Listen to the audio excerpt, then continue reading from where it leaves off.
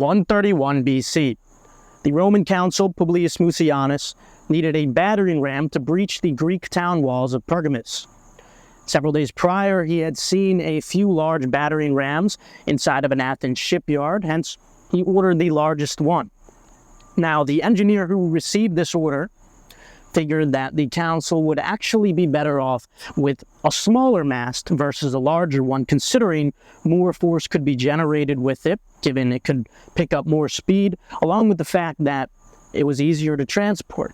So he argued endlessly with the soldiers, drawing numerous diagrams to try to demonstrate the superiority of this smaller mast. He even said that he was the expert. They all had no idea what they were talking about, which was indeed true. He was the finest engineer in all of Athens. Nonetheless, these soldiers knew their master very well, and so they insisted that he simply swallow his expertise and obey. However, once these soldiers had left, the engineer pondered it some more. He figured there was no point in sending the larger mast, as it would only lead to failure. And so he decided he was going to send the small one, figuring that eventually the council would indeed see its superiority and even reward him for it. Now, upon arrival, the council was quite confused, and so he asked his soldiers for an explanation, and they told him that the engineer had argued endlessly for use of the smaller mast, but had eventually agreed to send the larger one. And so Mucianus was furious. He ordered that this impudent engineer be sent to him immediately. And so once this engineer arrived, he gladly explained the reasons for the superior, smaller mast. He used the same arguments with plenty of facts, even diagrams demonstrating why the smaller one was to be used. And he even said, in these times, it was very important to listen to the experts, and that the council would surely not regret it. And so Mucianus did let him finish. And then he had him stripped naked, flogged, and scourged with rods. And then he died. On the other hand, in 1502, Michelangelo took on the challenge to make a beautiful sculpture out of previously damaged stone. Michelangelo figured that he could turn this valuable, wasted stone into a beautiful sculpture of David, sling in hand. After weeks of diligent labor on this sculpture, he was finally putting on the final touches. That was until Piero Soderini, Florence's mayor, walked into the studio.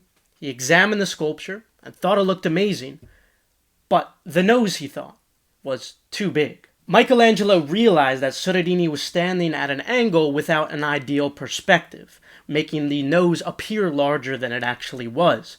Hence, without saying a word, he gestured for Soderini to follow him up the scaffolding.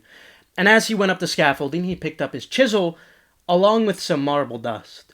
So, with Soderini just below him, he began to tap the nose with his chisel, and as he did, he let some marble dust that he gathered previously fall to the ground for Soderini to see.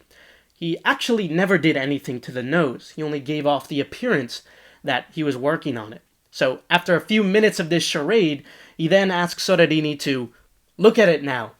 Soderini, with the new perspective on the scaffolding, now said, "I like it better.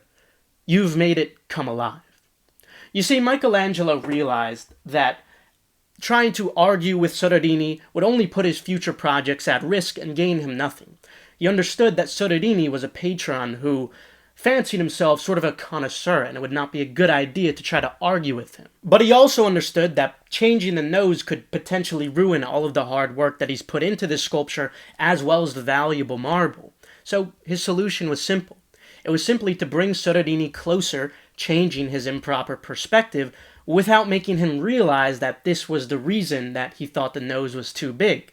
You see, Michelangelo won this through his actions rather than his words. The problem with arguing with words is that we never truly understand how it's going to affect the other party long term. On the surface, we might see that they finally concede and agree with us out of politeness, but inside, they might actually begin to resent you. In a heated debate, we'll say anything to try to get people to agree with us and prove our point. We might use unverifiable statistics, religious anecdotes, and our personal experience, but none of this actually matters. It doesn't make you look smart either, even though that's what you think because you see people like Ben Shapiro and Steven Crowder doing it this way in their videos for your entertainment. But it's just that. It's for your entertainment. They never actually managed to convince the other party. At best, the other party is finally conceding or agreeing with them out of politeness. You never want to be that Steven Crowder or Ben Shapiro in public. Nobody likes that person's presence. Don't do that. You probably have a lot of complex and contrarian opinions since you're watching this channel right now, and that's completely fine, but you don't want to try to convince people of these things. And if you do, in those rare cases where you must argue for your point, you must try to argue through your actions rather than your words, because your words are never actually going to convince anybody. For example, a lot of you guys might believe some things in the black pill community because there's plenty of data and statistics that back it up. Not only that, but probably a lot from your own personal experience as well.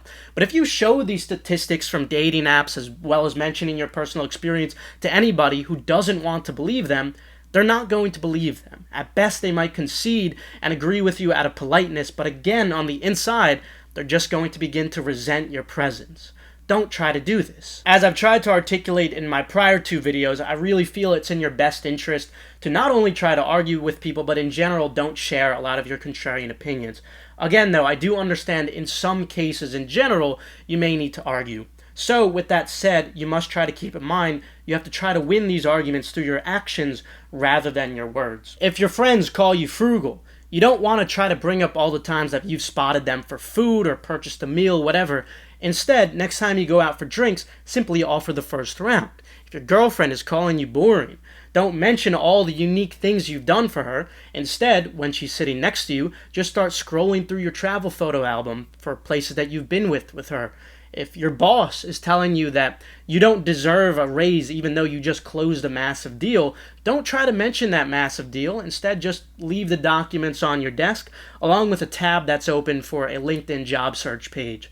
And if the bank teller is telling you that there's no balance in your account, you simply just have to pull out your...